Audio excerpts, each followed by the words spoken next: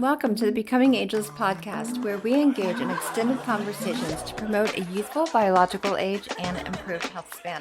I'm your host, Robynn Fredericks, holistic and integrative health practitioner. Thank you, you guys, for joining us on today's show. I hope that you're enjoying Season 2's bonus motivational episodes, highlighting a few of the people in our circle who have found themselves with, let's just say, a little ideal health, and yet they found the motivation and desire to make changes for some very real results. And today's episode is no different.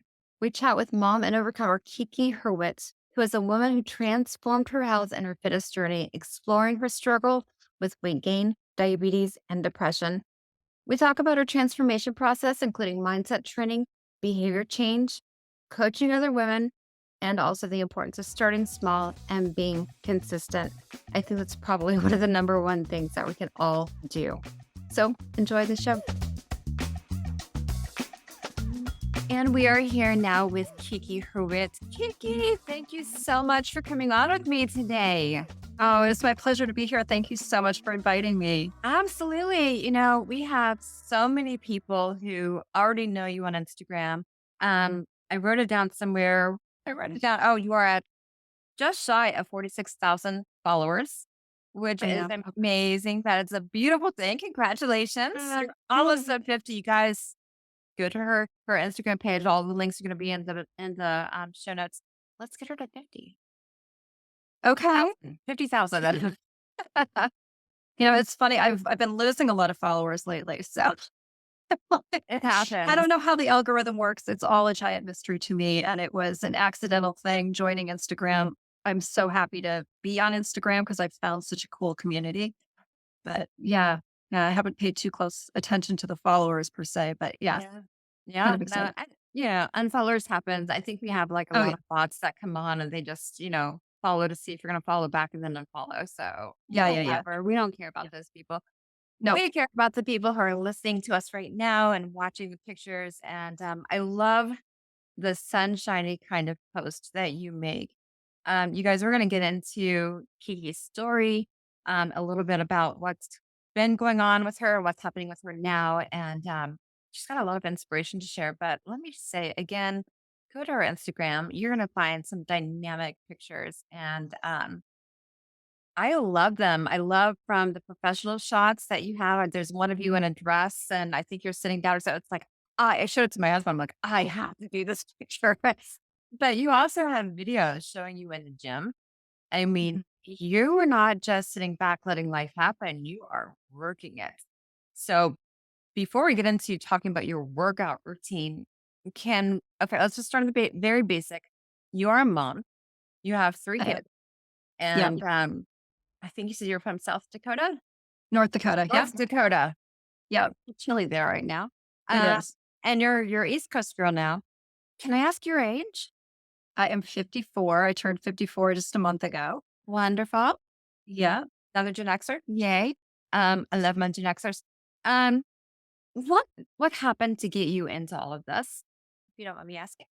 Yeah, sure. I'm an open book about this. It's a long story, but to kind of give you the quick cliff notes, back in 2020, I met with my doctor just for my regular physical exam. And I had gained quite a bit of weight, and I was blaming it on, stress and work life and, all the things that we do sort of in midlife, and just commonly accept, it's menopause. It's normal. Well, when I met with a doctor, she said, you're pre-diabetic at this point. My cholesterol was quite high. And she said, we're probably not far from wanting to start a regimen of insulin. That would be really beneficial.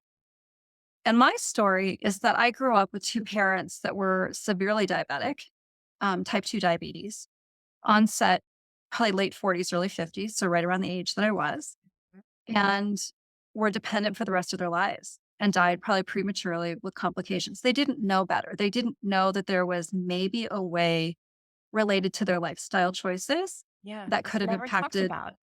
No, it was never talked about. And so, I know enough, like just, that there has to be a different way.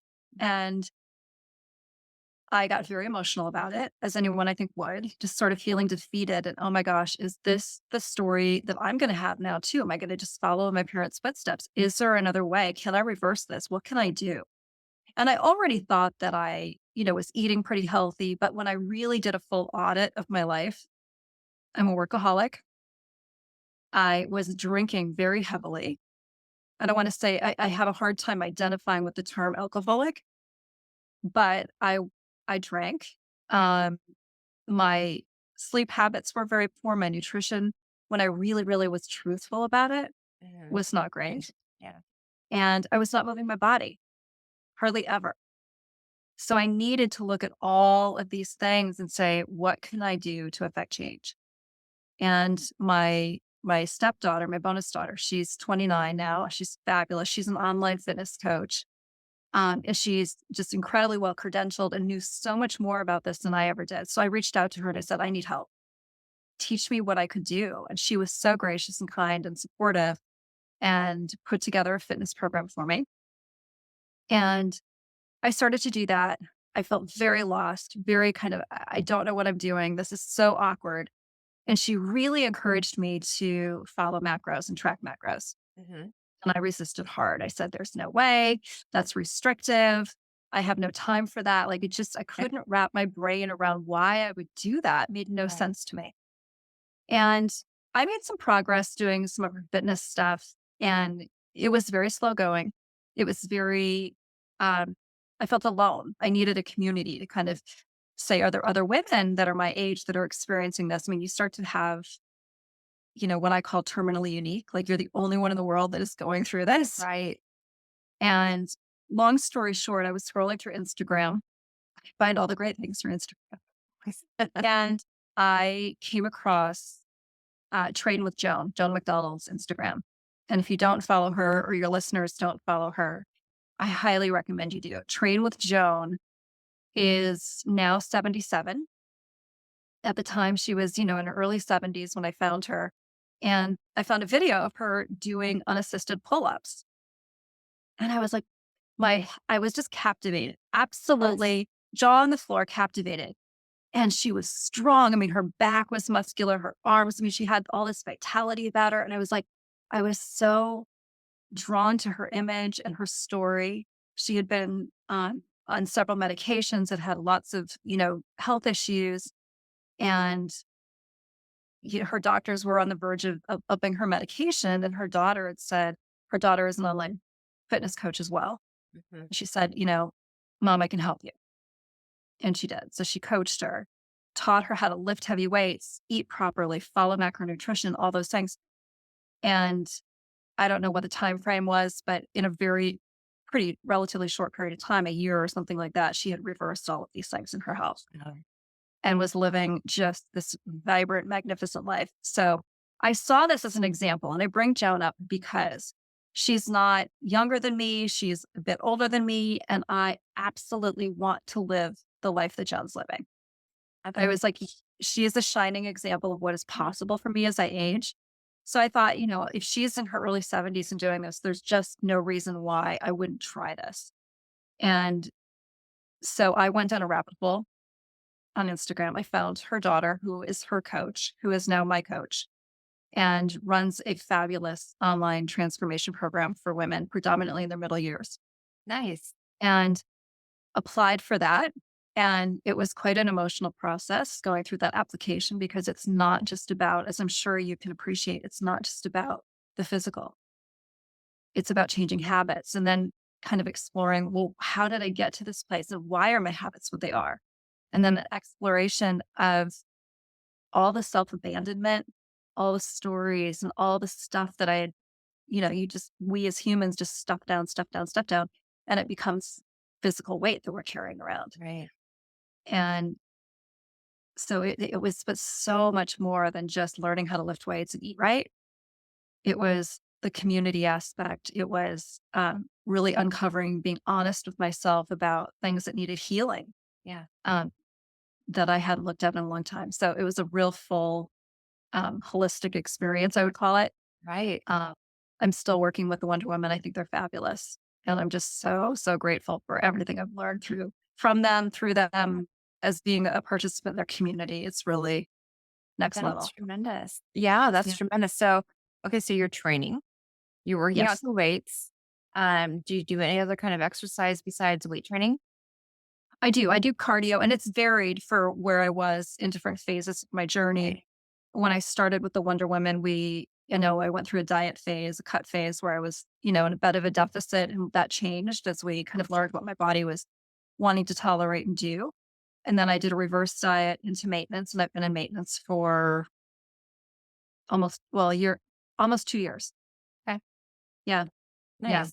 I'm eating a fair amount of calories, really watching my macros. We've dialed them in a little bit. But to answer your question about cardio fits in, I would say 3, 4 times a week. I'm doing about 30 minutes of cardio, nothing super intense. Yeah. Um, if I want to be intense for just because I enjoy a great Peloton ride, of course. Right.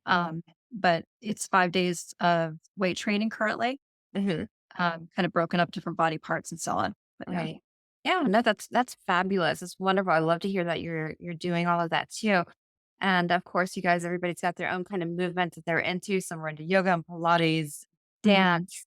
Movement is really key. I mean, you've got to find what's going to get you up in the morning, even if it's going out and playing tennis every single day of the week. You've got to get moving. Sitting Absolutely. sitting has been listed as one of the most chronic causes of disease, or one of the Yeah. most disease causing whatever. Sitting is not good. We want to stop that stuff. And I'm so thrilled that you actually have found something that is working so tremendously with your body. I mean, I'm guessing you're learning how your muscles are working, Totally. what level you can push yourself to when you need to pull back, when you need to rest. Yeah. And for those who are listening, I just have to say, is this controlling your life, Kiki? No. Thank you. Well, no, it is not. People always ask me, was learning macros hard? And I'm going to be really truthful. Yeah, for me personally, it was hard and I had some mental resistance to it. Mhm. But once I learned it, it became freedom. I used to roll my eyes at people would say, "Oh, once you learn it, it's total freedom." I completely agree with that statement today. I didn't in the beginning. It took me some time. And now that I've embraced macros and understand how beautifully my body responds to having the right macronutrients in the, spread out throughout the day and week and whatnot, it's absolutely a game changer. It is Yeah. total freedom.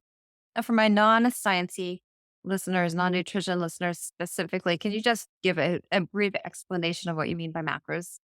Sure. Just your key macronutrients, which are proteins, fats, and carbs. And my coach helps me to understand and program the right amount of proteins, fats, and carbs for each meal I eat 5 times a day. Um, so per meal, what that is broken out into, and I can basically eat what I want to. I just fit it into those buckets, if you will. Right, right. So Yeah, I like it's that. worked. So does this mean that you don't eat sugar and cookies? Have you put those things away? No, no, I don't eat a lot of it, to be honest. I don't eat a lot of processed stuff. It Right. has just become easier and more enjoyable. Mhm. And I feel better eating a cleaner diet, I would say, Yeah. or a more natural based diet. But absolutely. Do I have pizza? Yep. Will I have a piece of chocolate cake? Yep. Of course. So, I mean, I Mhm. don't live in restriction. And I think that's the beautiful thing about macros is that you have that flexibility. I personally do not drink alcohol, but if you Mhm. wanted to have a glass of wine, of course, you can fit it into your macros. Yeah. But it helps also to have the awareness about what am I consuming and the composition of your food, which I was a very uninformed consumer of food. I didn't know what I was eating. For instance, I didn't know the broccoli had protein in it. I had no idea. Right. Most So, people little, does. right, little things like that just kind of change the game, right? Yeah. Yeah. No, that's fabulous. I've had other listeners who, they listen to a podcast or two and they're like, oh, this person eats candy or donuts and it's okay. And it's like, did you not hear the rest of the message that they work their butt off afterwards? Or if they're in a hurry, they'll grab something. It's not a lifestyle. You're not out there eating pizza for breakfast, lunch, and dinner. No. Your lifestyle is basically whole foods. And, one of my big messages that I take across to people is make your body a partner because Yeah. you're not here all by yourself. Your body has to take care of you. And if you're not giving your body the right tools, it's kind of like a car. You have to give the car the right kind of gas, the right kind of oil. You have to change the tires. You have to take care of it. And we have to take care of the body so that it will in turn take care of us. And then life becomes 100%. so much easier. So have you noticed since you've been changing these kinds of things that perhaps maybe your life is getting better, you're more energetic, you have energy to go do things with your kids? I mean, tell me a little bit of Ex what's going on.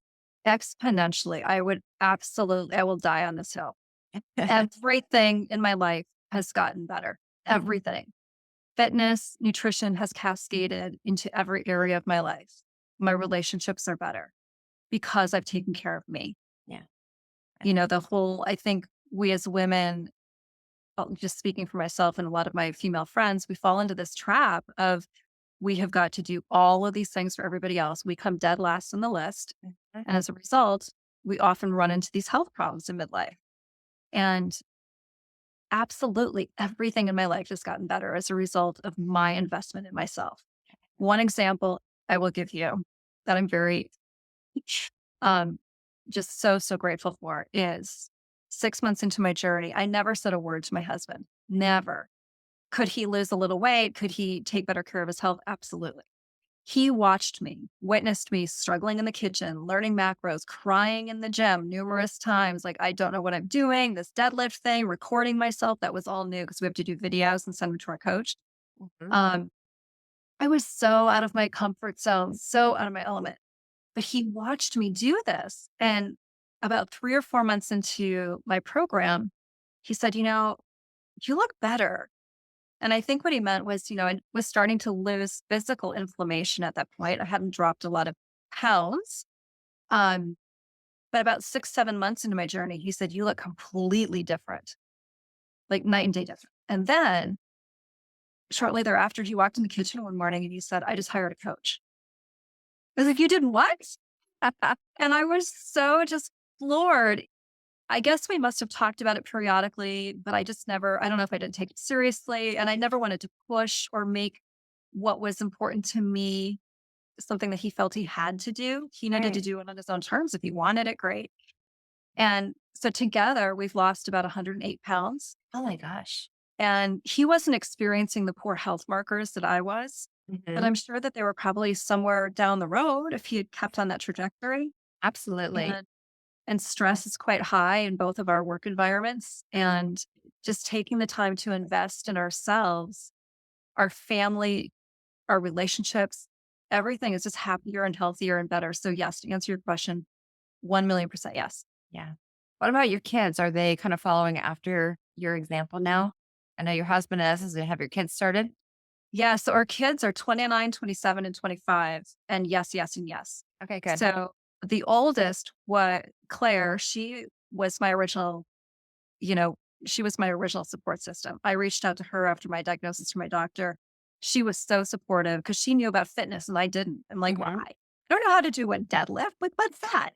I had to send in for my application for the Wonder Woman, I had to send in videos of me doing an unassisted pull up, which that never, I couldn't do it. I think we had to do a push up. We had to do a deadlift. I had no idea what that was. It was, Mhm. Googling and asking Claire what is this? How do I do that? Um, I forget. We had to do a few other lifts and Uh-huh. demonstrate that we knew what they were, kind of, sort of. And here's my body doing this. And um, so they could see the mechanics. Right. And that was very humbling. There were a lot of tears shed. I I have bet no, there were. A great idea though, because I mean, posture is number one, even if you can't do it, if your posture is horrible, it'd be kind of hard to coach you online. So I applaud them for doing that. That's amazing. Do you have a favorite workout or a favorite move? Let me just ask that movement in the gym. What is your favorite? by far, hands down, deadlift. Yeah. Nothing makes me feel more badass than doing a deadlift. Very good. The very thing that you had no idea what it was. No idea what it was. I tweaked my back. Um, I think a combination of gardening, other, things, Mm-hmm. and the deadlift no longer felt good to do. So I can't lift from the floor mechanically quite as well. And I'm afraid of kind of re injuring myself. Yeah. So I've worked with my coach. I love that lift so much. So we're doing rack pulls instead. So it's Okay. just lifting from probably about 12 inches off the floor. So the rest Okay. of the movement is completely a deadlift. And I'm able to get good movement, good strength, good form. Yeah. Um, but yeah, that's probably my favorite. My Nice. other favorite was doing an unassisted pull up, which is a woman was like, "Ah, amazing. I did develop a little tendonitis in my elbow that I'm working through right now. So I'll get back to those, but I love those. I like it. That's very cool. Yeah, Very cool. I like hearing things like that. So you made a statement in one of your posts on Instagram, if you don't mind me reading it. So this is from Kiki, you guys. She said, I strive to keep doing this work, not to be perfect, but because I love the way it makes me feel strong, vibrant, and joyful. totally. A wonderful thing to say. I mean, there's no wonder that you have so many followers on there. Okay, so this is not to be perfect. You're not trying to outshine the other women in your lives. You're not looking to be perfect. You don't want to be the cover girl of Vogue magazine. I mean, great if you are, but that's not what you're looking for. Tell us a little bit more. I mean, I know it's for your health. Have you gotten, updates on what your health markers are now? Are you out of that diabetic zone? I am. I'm out of the diabetic zone. My cholesterol's in the normal range. All my blood work was looking really, really, really good. I'm so grateful. I mean, that's a number one. I'm going to be really transparent and tell you the other major thing for me and why I keep showing up. And what I mean by joyful is my mental health. Mhm. I've suffered from clinical depression a long, long time. And I've been on numerous medications for it to help me. And some of it's just, I don't know kind of enough about it to know, well, what's chemical within me and what am I just sort of predisposed to being, how much of it's circumstantial. I think there's probably a good mixture in there. But the one thing that movement, daily movement, whether it's sunshine, getting a walk in, getting a good cardio sweat on, and then certainly hitting heavy weights has absolutely impacted my brain health, my mental health, without a doubt. And, and you would probably have the language for this better than I would, but, when the endorphins kick in and they kind of they flood that happy chemical release in your body, Yeah. there's so much truth to that, and I never understood that. Yeah. So I'm presently, and this isn't a knock to any, medications for depression or anything like that. I don't mean to demonize any of those. Right. None of them seemed to really work for me. This has really become my medicine, my daily medicine. Yeah. Well, we know from, a health standpoint that our bodies require movement. Back in caveman days, we didn't have, deadlifts to go out and do, but, they were lifting animals and throwing them up over their shoulders and That's right. walking, 10 miles with them. They were working. They walked nonstop, Yeah. so, it makes sense. We know that working out does create different hormones in the body. Sunshine, excuse me, sunshine on the skin creates different hormones in the body. We need those. When people are just sitting around eating foods that don't feed the body, not getting any sunshine, not doing any movement, it's only natural that things start going awry in our brains. And that feeds the rest of us. So, working out, there's no wonder really why they call it the runner's high. And I think it Right. goes way beyond running. It's any kind of working out like that when you're really committed, you're doing it faithfully. Was the first time, the first week, the first month, was it easy for you to do this? Oh God, no. No, no. I mean, I am a full open book and totally transparent about this. Did I want so here, let me back up. When I started doing this work, did I want to get healthy and have better health markers? 100%. Yeah. There was also a big vanity thing. right? Here I was at 50, 51, in the worst shape of my life, 47, 50 pounds overweight. I didn't recognize myself when I looked in the mirror. And so there was a sadness that came with that too in midlife, and I Yeah. think the narrative in our society for so long is, well, you're over the hill now. It's all downhill from here. Just pack it in, sit on the couch, pop the, you just, you may as well just ride it out. Mhm. And, so much happens with that narrative. So when I first started getting in the gym, I wanted the quick fix, Yeah. just like the rest of the world. I wanted the quick fix. I'm like, why am I not seeing results week after week after week? And it was a real emotional process to go through to, for a period of time, I think I went through 7 or 8 weeks. I didn't drop a pound. In fact, I kept gaining weight. Like just my coach was fabulous and she coached me through that, helped me understand, the emotional stuff that was going on and kind of what was happening chemically in my body as we Mhm. were adjusting macros and as I was learning and my body was getting used to lifting and what is this foreign thing you're doing? This makes no sense.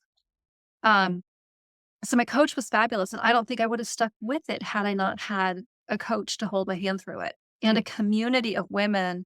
We were in the trenches together. We all Yeah. had kind of similar stories. We were all somewhat in a similar age group and having these same experiences Yeah. and these group chats of, oh, I finally have to get rid of all my bras. Yeah. Like, the hooray thing, we're burning the bras over here. We're gonna go buy new clothes now. Um, but yeah, it was not easy in the beginning at all. Yeah. And it was work and it wasn't joyful at first. And something switched in me. Um, oh gosh, I would say probably a couple months in Mhm. when I started to actually feel better. That didn't happen for me right away. And when that started happening, it became more on autopilot. I had built the habit now, and I Mhm. started to feel the result of it and see it somewhat in the mirror. I mean, and that's motivating, of course. Yeah. But that was a little bit of a slow process for me. Was it hard getting into a schedule? Yes, it was something that I had to shuffle my entire life to create room and space for the workouts, which took longer when a gym was a totally foreign experience to me. Right. Yeah. And I did this during COVID, so gyms weren't open. We had a spare room in our basement, fortunately. We kind of cobbled together a gym from Craigslist and things that we found on Amazon and whatnot. And it works. It's great. Right. It works great. But I was fortunate enough to have it in our basement at our home. So I took that excuse out of it. But I still had to schedule time. I was working full time and I had to find time to meal prep and to figure out the macros and pre-plan and make that component of the process as Mhm. easy as possible. So yeah, it took time. Okay. I think I hear that probably as one of the top excuses. Two things mainly: energy and time. People say, I don't have enough of either one of those. How in the world am I going to start exercising? Or nobody else in my family wants to eat well. Why, I can't fix 2 meals. I don't have the time for that. Did you ever run into internally that kind of talk or externally from other people looking at you like, you are out of your mind? What are you All doing? the time. All the time. And for me, I learned so much from my community that was maybe further along in the process than I was. How to create recipes, how to freeze stuff, high protein pancakes, make 40 of them, stick them in Ziplocs, stick them in the freezer. I mean, all these little tricks I learned along the way. I was like, oh, that makes it easy. Yeah. Okay. It's just Yeah. not so hard. Yeah. But it was a learning process for sure. Yeah. Um, and, I found a lot of joy in it too, I guess, along the Great. way, Nice. learning those tricks. And yeah. Okay. Let's talk sugar. That's Mhm. another big thing. Everybody has sugar addictions, and you add Yeah. alcohol. It is, being called another kind of sugar addiction because it breaks down in the body as sugar. Uh, Yeah. do you struggle with that still? I mean, I do. I was addicted to sugar way back when, and I know now if it comes into my house, it is really hard to just ignore that if it's right there, my refrigerator staring at me because somebody else in my family wants to eat it, and I open the refrigerator. Nah, I thought I can't do this.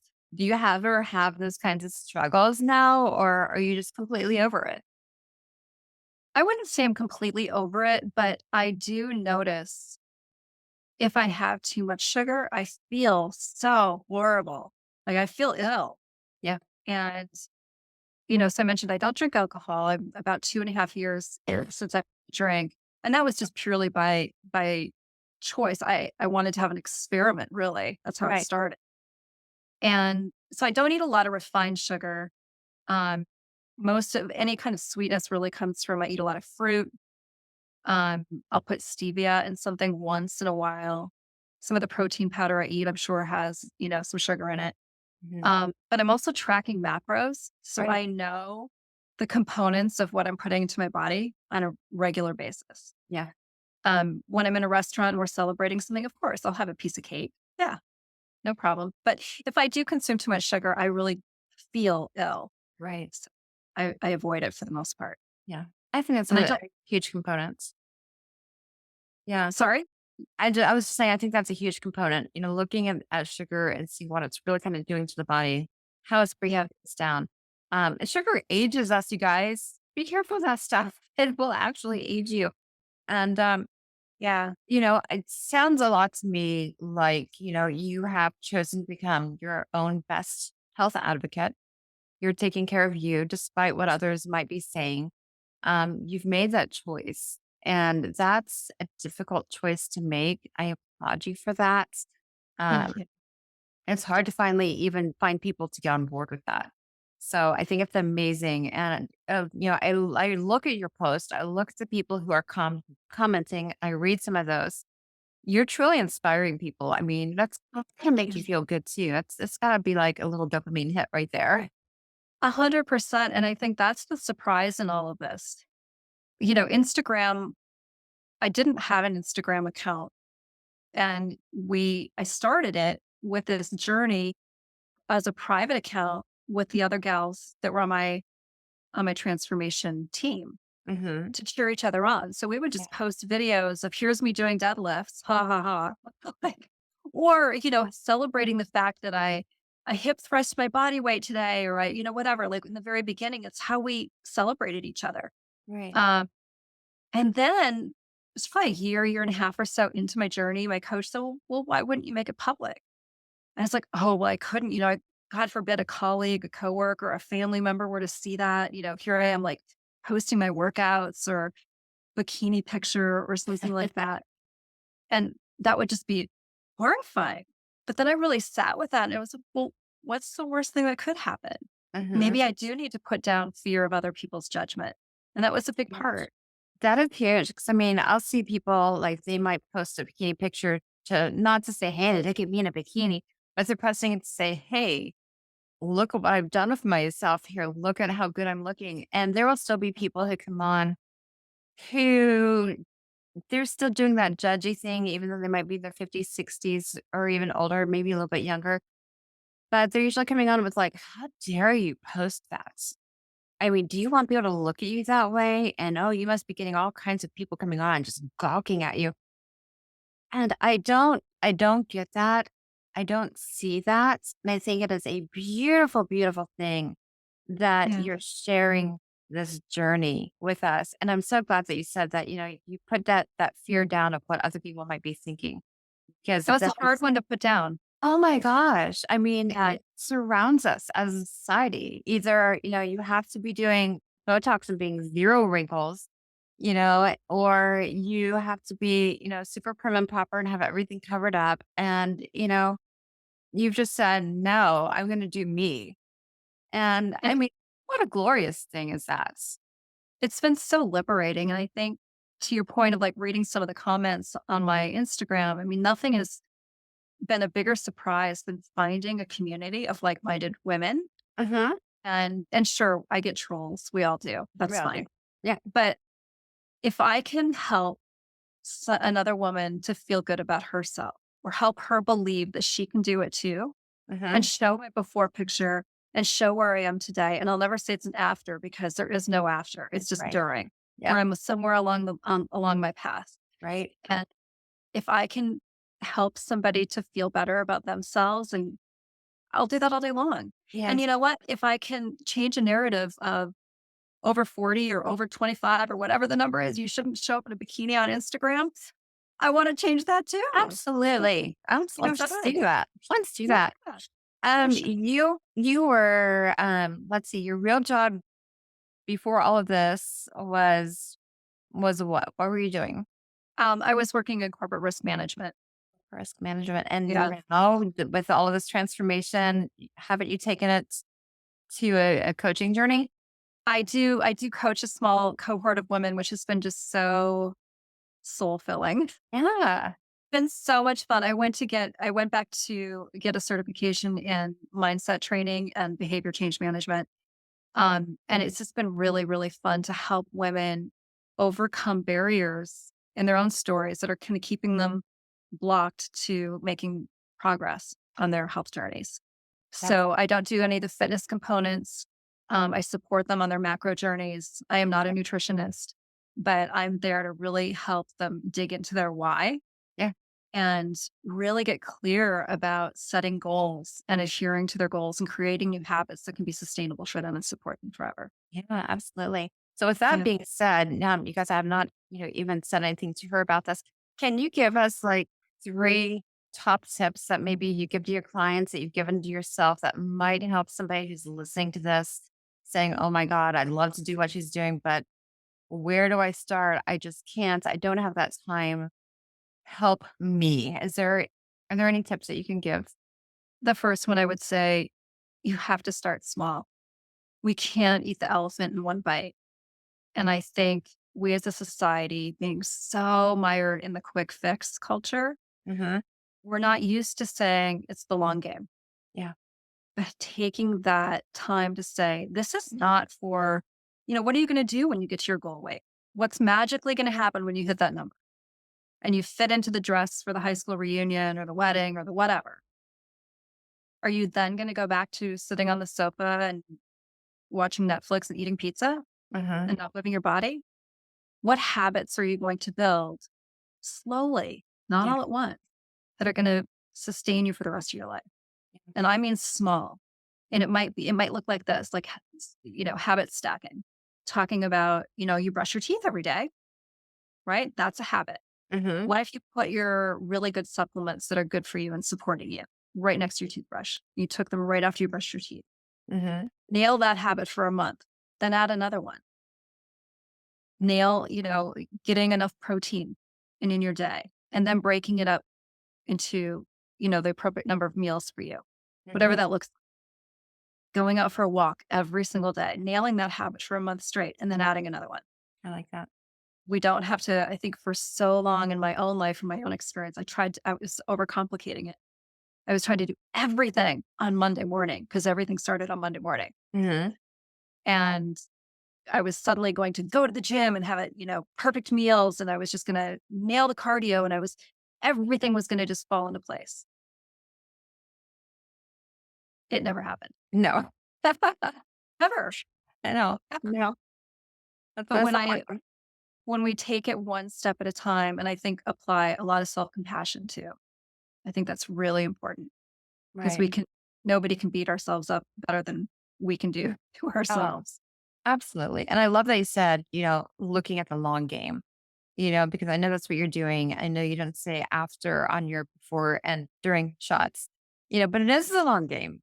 And, in the longevity space, a lot of times, it's a question that we'll ask is, not what are your goals for 5 years from now? It's like, well, whatever. It's more of how do you want to be living your life 20 or 30 years from now, depending on your age? When you're 80, when you're 90, what do you want your life to look like? What do you want to be doing? And then we take, oh, I want to be out playing tennis. I want to be out hiking. I want to be dancing. I want to be laughing. Let's start breaking that down backwards to see where you need to be today because it is a Totally. long game. I mean, we're going to have shortfallings from day to day, or we're going to have a birthday party. We're going to have something that's going to kind of take us backwards a step, but who cares because it's a long game. And I love that you're looking at that. So are there any other pointers? Mm. Oh, Dee, just dee, dee, yeah, sorry, I don't mean to, like, put such a No. giant pause there. My brain is churning, and I think, um, gosh, slow and steady. I just don't think consistency is absolutely the most important ingredient, Right. not perfection, but consistency. And I would say if you're eating 80% well, great. I don't know what you would recommend and, you know, but, you're not aiming for 100% perfection. You're aiming for, 80, 90%, somewhere in that range, like, and allow yourself some grace. Yeah. Um, yeah. But I think so. consistently doing the things Yeah. over a long period of time is what gets you the result. It will definitely get you there. And I love the idea of, having some kind of buddy system or a coach, having somebody that you're accountable to. That's not Yeah. what you're like, oh, do we have to do this today? Oh, can't we just go shopping instead? Or let's go out and eat and have, a couple of mimosas. I love that you have brought other people onto your team and you're allowing other people to follow you. You are so accountable on every different side. And now even your husband is watching you, so you're even accountable at home. They're no hiding for you. No, and we hold each other accountable, and like I said, it's not perfect, Yeah. but it's so joyful to see each other get healthy Yeah. and make healthy choices and reap the rewards of that, Just it's just better. Life is better. That is wonderful to hear. And I'm sure your doctors are very happy with where your levels are now. Are they applauding your fitness efforts and getting involved in health and fitness now? Yeah, oh yeah, Good. absolutely. I've been really happy Awesome. about it, for Very sure. cool. Very cool. Awesome. Well, do you have any other ideas or tips for anybody who wants to get started in this?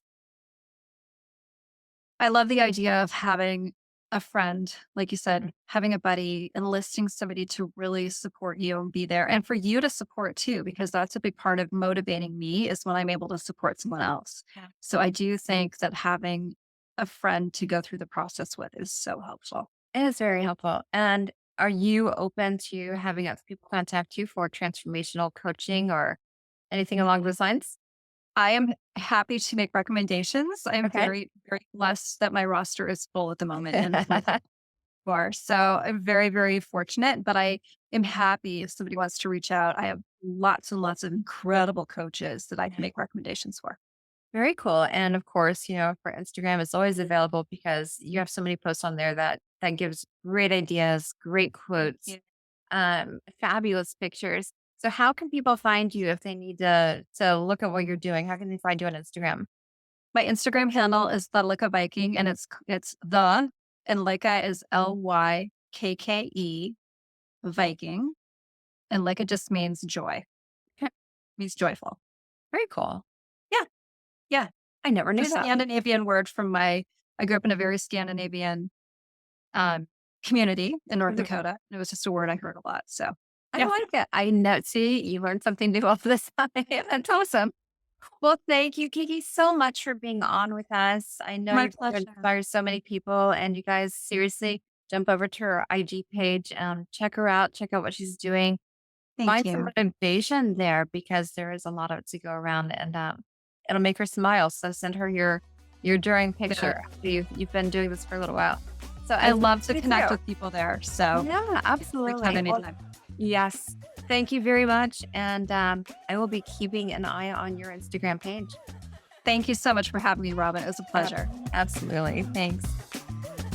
So, Kiki's journey is a testament to the power of determination, consistency, and a supportive community in achieving the lasting wellness transformation that we all desire. A stirring reminder that our health journey is indeed a marathon and not a sprint. It's a long game that encompasses of physical wellness, mental health, and overall life happiness. So no matter where you're starting from or how old you are, it's never too late to embark on your own health journey. You'll find Kiki's Instagram handle below in the show notes. And so please be sure to check that out as well as our episode blog, which is on our website, becomingagelesspodcast.com, where we highlight the steps that Kiki used to achieve greater health. You can also follow us on Instagram at Becoming Ageless Podcast. And we would so appreciate you liking and or sharing this episode with your friends. As always, thank you for listening, and let's continue to work together on becoming ageless.